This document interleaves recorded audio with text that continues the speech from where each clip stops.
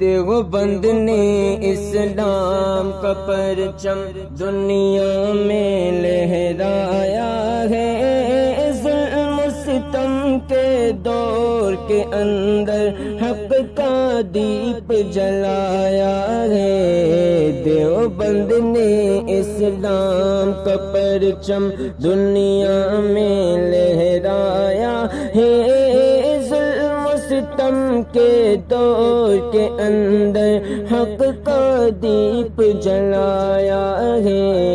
دیوبند نے اسلام کا پرچم۔ آج سے 28 سال پہلے 6 دسمبر 1992 کو دن کی روشنی میں بابری مسجد کی شہادت کا سانحہ پیش آیا تھا۔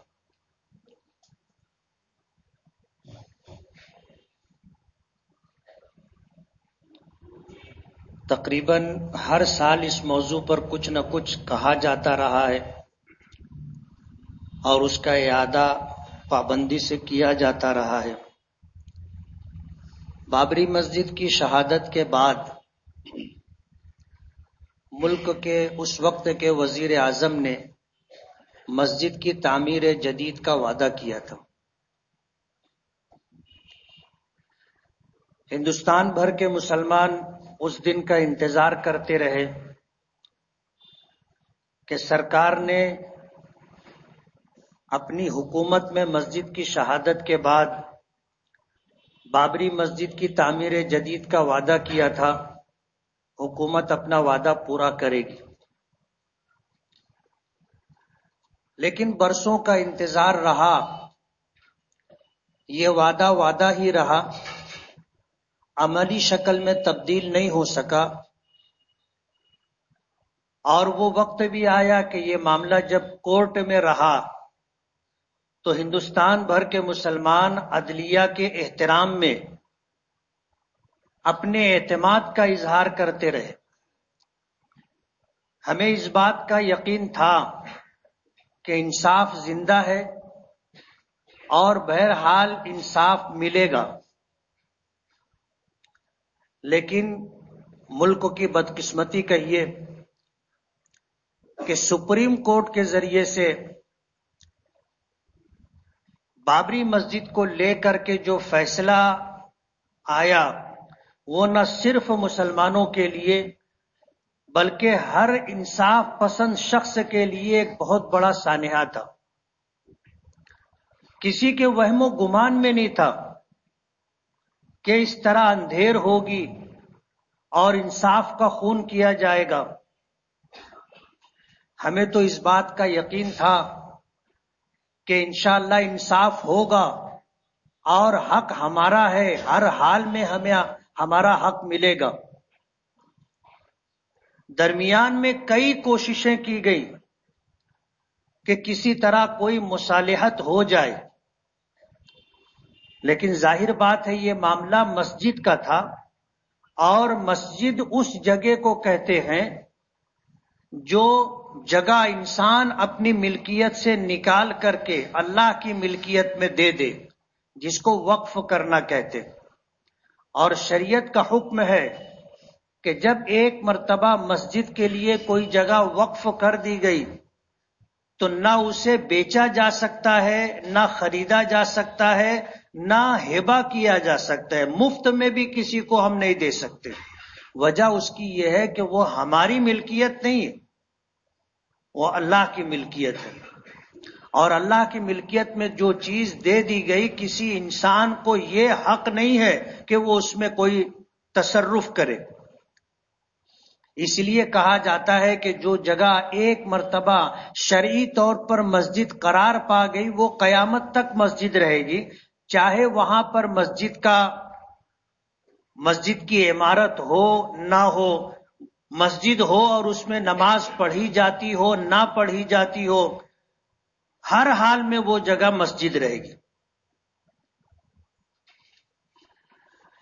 درمیان میں یہ کوشش کی جاتی رہی کہ مسلمان اس پر راضی ہو جائے کہ تم لے لو اور تم اس پر جو تعمیر کرنا ہو کر لو، لیکن مسلم پرسنل لا بورڈ اور جمعیت علماء کا یہ متفقہ فیصلہ رہا کہ یہ ہماری ملکیت نہیں ہے، اس لیے ہم اس میں کسی قسم کا کوئی تصرف نہیں کر سکتے.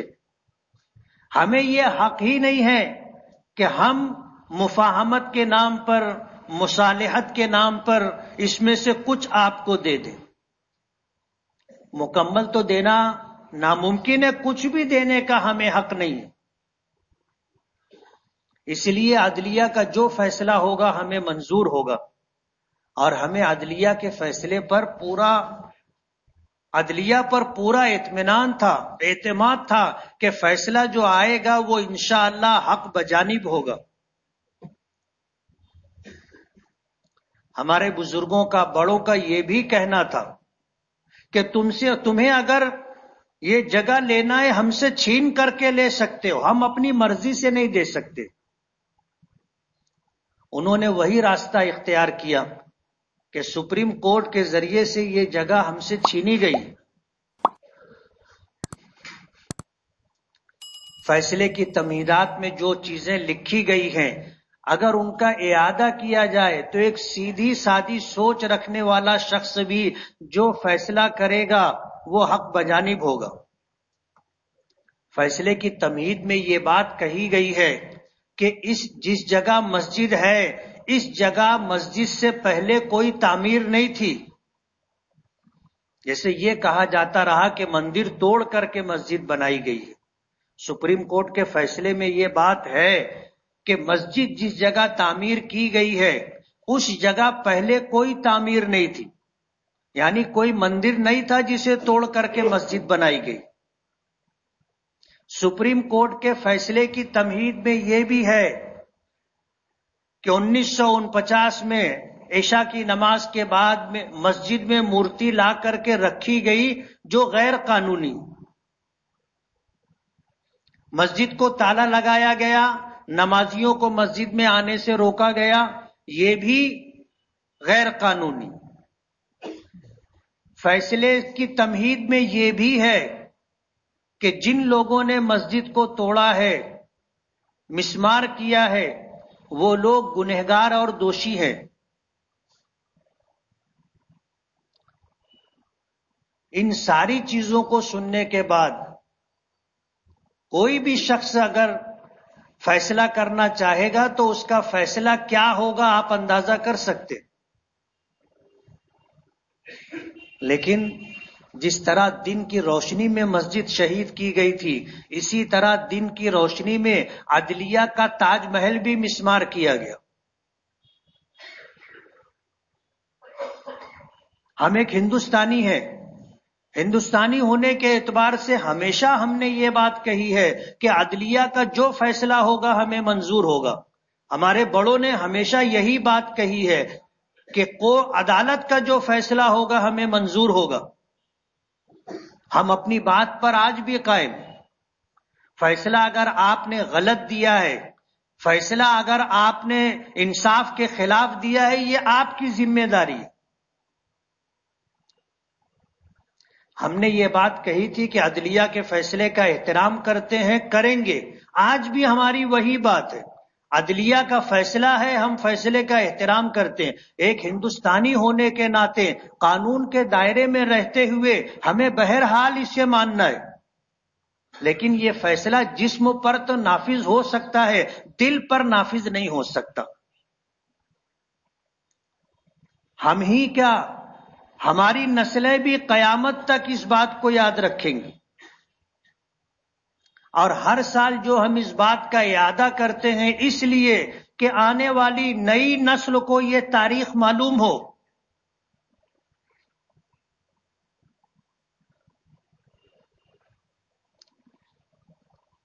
دنیا والوں کا فیصلہ ہو چکا. بہرحال قدرت اپنا فیصلہ کرے گی. جنہوں نے تعمیر جدید کر کے دینے کا وعدہ کیا تھا عبرت ناک موت کے ساتھ دوچار ہوئے. ظلم بہرحال ظلم ہوتا ہے، اور ظلم کی عمر بہت لمبی نہیں ہوتی. ہر رات کے بعد سویرا ہوتا ہے. تاریخ اپنے آپ کو دہراتی ہے. مسجدیں اس لیے بنائی جاتی ہیں کہ وہاں پہنچ کر کے اللہ کو یاد کیا جائے، اس کی عبادت کی جائے، توحید کے ساتھ، ایمان کے ساتھ عبادات کو انجام دیا جائے. مسجدیں اس لیے بنائی جاتی. اور ہماری شریعت کا حکم ہے ہم اسی جگہ پر مسجد بناتے ہیں جو جگہ اللہ کے لیے مسجد کے نام پر وقف کر دی گئی ہو. ہم اپنی ملکیت کے علاوہ کہیں مسجد تعمیر نہیں کرتے. کمزور سے کمزور ایمان والا، کم سے کم علم رکھنے والا شخص بھی اگر مسجد کی تعمیر کا موقع آتا ہے تو وہ کبھی بھی پرائی زمین کے اوپر، غیر وقف شدہ زمین کے اوپر مسجد کی تعمیر نہیں کرتا. اگرچہ نماز پڑھنے کے لیے ہمیں اجازت ہے کہ ہم پوری دنیا میں جہاں کہیں چاہے نماز پڑھ سکتے. نماز کے آداب ہیں، ان آداب کی رعایت رکھنا ضروری ہے. جیسے ہم نماز پڑھ رہے ہیں تو سامنے مورتی نہیں ہونا چاہیے. ہم نماز پڑھ رہے ہیں تو سامنے ایسی کوئی چیز نہیں ہونی چاہیے کہ کوئی اس کی پرستش اور پوجا کرتا رہا. حتیٰ کہ ہمیں اس سے بھی منع کیا گیا ہے کہ ہم نماز پڑھ رہے ہوں تو ہمارے سامنے آئینہ ہو اور اس میں ہماری ہی تصویر نظر آئے. ہمیں یہاں تک منع کیا گیا. یہی وجہ ہے کہ ہم مسجدوں کی محراب کو سادہ رکھنے کا حکم دیتے. شریعت کا حکم ہے. ہم یہی حکم لوگوں کو بتاتے ہیں کہ مسجدوں کو بہت زیادہ مزین نہیں کرنا چاہیے، محراب کو خاص طور پر سادہ رکھنا چاہیے. مسجد کی در و دیوار پر عربی عبارتیں اور اس طرح جو دوسرے چیزیں لکھی جاتی ہیں یہ بھی آداب کے خلاف ہے. بلکہ مسئلہ ہے کہ قبلہ رخ دیوار پر کوئی تحریر نہ لٹکائی جائے. اگر نمازی نماز پڑھ رہا ہے، نماز پڑھتے ہوئے سامنے عبارت دیکھ لی اور اس نے اپنی زبان سے پڑھ لی بغیر آواز کے، نماز فاسد ہو جائے گی. تو اس سے منع کیا گیا ہے کہ مسجد کی قبلہ رخ کی جو دیوار ہو اس پر کوئی قرآنی آیت کہو یا کوئی دعا کہو یا کوئی پیغام کہو، منع کیا گیا ہے. مسجدوں کے لیے مستقل آداب ہے. اور اللہ کا بہت بڑا کرم اور احسان ہے، اللہ نے ہمیں ایمان کی دولت عطا کی، سرکار دو عالم صلی اللہ علیہ وسلم کا امتی بنایا. قرآن کریم جیسی نعمت، مکمل شریعت اللہ پاک نے عطا کی. کسی نبی کی تعلیمات میں کوئی دین، کوئی شریعت ایسا نہیں ہے کسی نبی کی شریعت میں جس میں نماز کا حکم نہ ہو. حضرت آدم علیہ نبینا علیہ الصلوۃ والسلام سے لے کر کے سرکار دو عالم صلی اللہ علیہ وسلم تک ہر نبی کی امت کو نماز دی گئی. کسی کو ایک وقت کی نماز دی گئی، کسی کو 2 وقت کی نماز دی گئی. نماز کی ادائیگی کا طریقہ بھی مختلف رہا.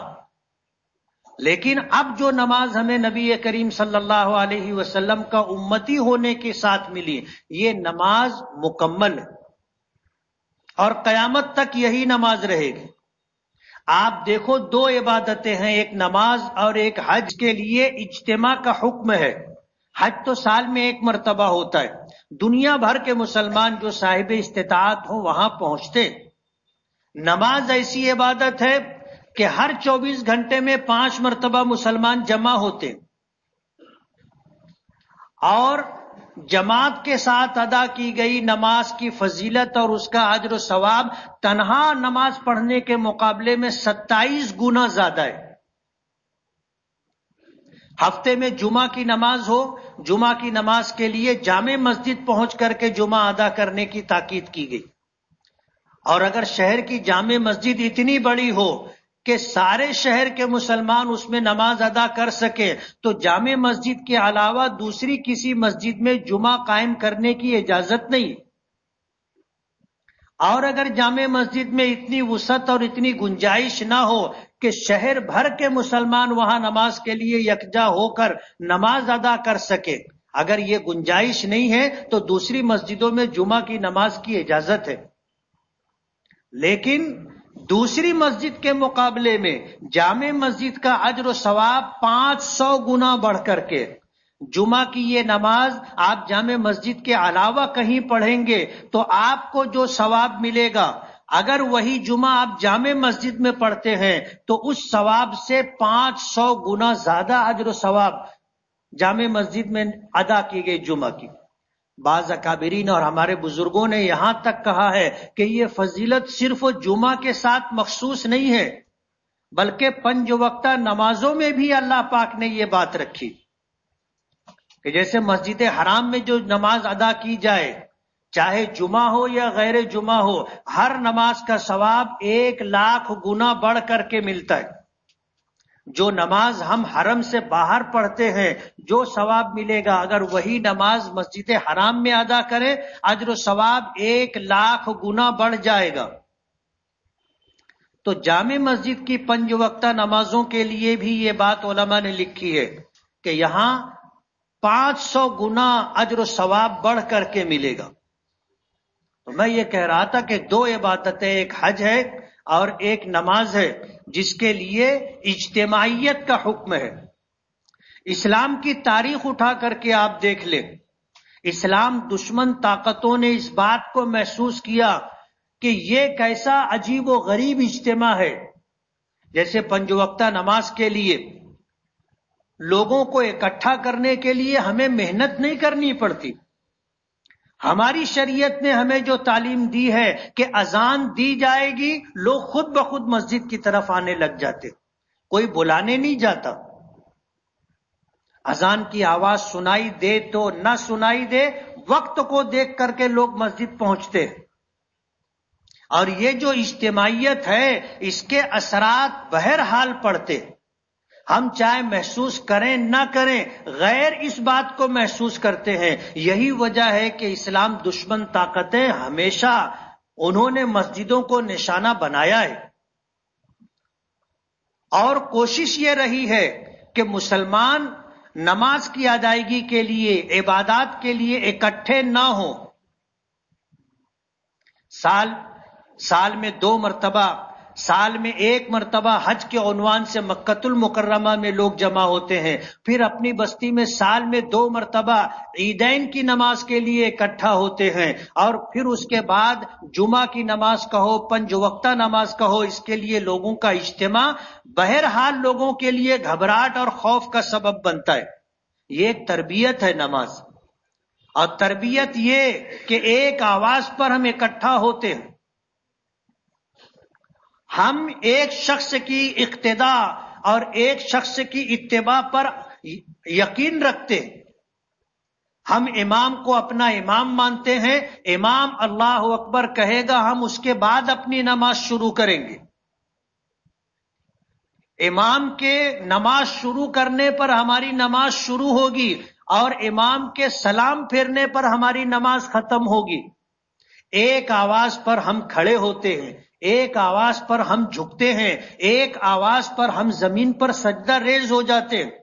یہ وہ تربیت ہے کہ ہمیں اکٹھا کر کے نماز کے عنوان سے ہمیں دی جاتی ہے کہ ہم میں اتحاد اور اتفاق رہے۔ نماز عبادت تو ہے، لیکن انسانی زندگی پر اس کے جو اثرات مرتب ہوتے ہیں وہ انتہائی عجیب و غریب ہے۔ قرآن کریم میں ہے کہ ان الصلاۃ تنہا عن الفحشاء والمنکر، کہ نماز یقیناً بے حیائیوں سے اور برائیوں سے روکتی ہے۔ نبی کریم صلی اللہ علیہ وسلم کی بارگاہ میں شکایت کی گئی کہ فلاں شخص اس طرح گناہوں میں مبتلا ہے۔ آپ نے دریافت فرمایا کہ وہ نماز پڑھتا ہے؟ کہا کہ ہاں نماز پڑھتا ہے۔ تو فرمایا کہ اس کی نماز یقیناً اس کو اس گناہ سے روک دی۔ نماز ایک تربیت ہے، اطاعت کے ساتھ، عبادت کے ساتھ تربیت ہے، اور اسی یقین اور استحضار کے ساتھ ہمیں نماز پڑھنی چاہیے۔ تو مسجدیں باجماعت نماز کے لیے بنائی جاتی. ملک کی تاریخ اٹھا کر کے دیکھ لیں، جس دن سے بابری مسجد کی شہادت کا سانحہ پیش آیا، ملک میں پورے ملک کے اندر عجیب و غریب واقعات پیش آئے. ملک تباہی کی طرف بڑھتا جا رہا ہے، ملک کے حالات بگڑتے جا رہے ہیں. دسمبر کا مہینہ ہے، 6 دسمبر آئے گا، پھر ہمارا زخم تازہ ہوگا. اور یہاں سے ہر سال ہم اس بات کو اس لیے دہراتے ہیں کہ یہ سانحہ ہمارے لیے تازہ رہے. آج طاقت کے زوم میں، اقتدار اور حکومت کے زوم میں، اکثریت کے زوم میں اگر کوئی غلط فیصلہ کر کے ہمیں مجبور کر دیا گیا تو یہ ہمیشہ نہیں رہے گا. آنے والی نسلوں کو بابری مسجد کا سبق اور اس کی تاریخ بتانا ضروری ہے.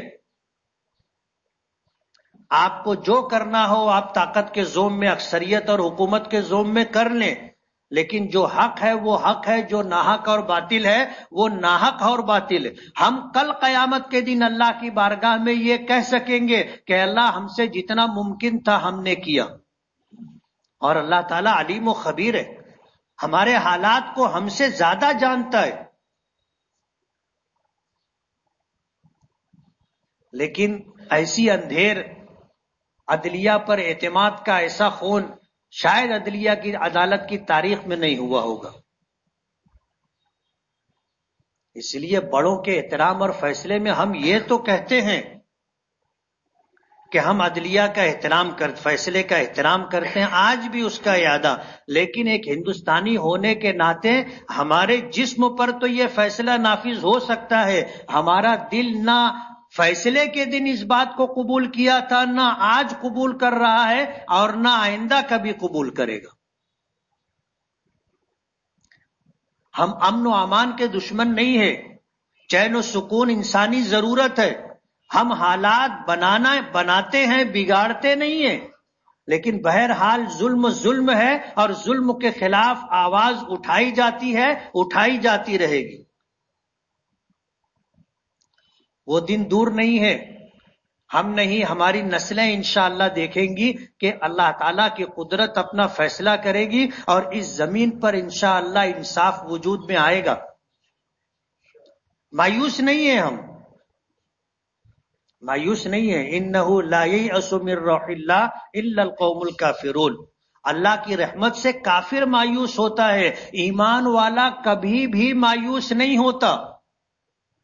اور ایک بہت مشہور جملہ ہے جو مثال کے طور پر بولا جاتا ہے، اور آپ کو معلوم ہونا چاہیے کہ کوئی بھی جملہ جو مثال کے طور پر مثل کے طور پر بولا جاتا ہو، بہت لمبے تجربے کے بعد بولا جاتا ہے. کہا جاتا ہے اللہ کے یہاں دیر ہے، اندھیر نہیں ہے.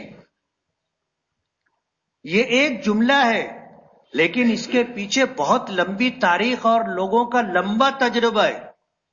اس لیے ہم بھی کہتے ہیں کہ دیر ہے، اندھیر نہیں ہے. عیاں فتنہ تاتار کے افسانے سے پاسبہ مل گئے کعبے کو صنم خانے سے.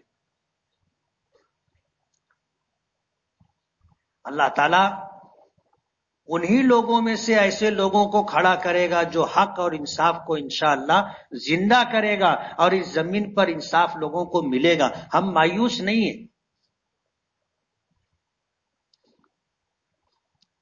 اس لیے اس تاریخ کو، اس سانحے کو یاد رکھیں، اس کا اعادہ کرتے رہیں، آنے والی نسلوں کو یہ پیغام اور ذمہ داری دیں.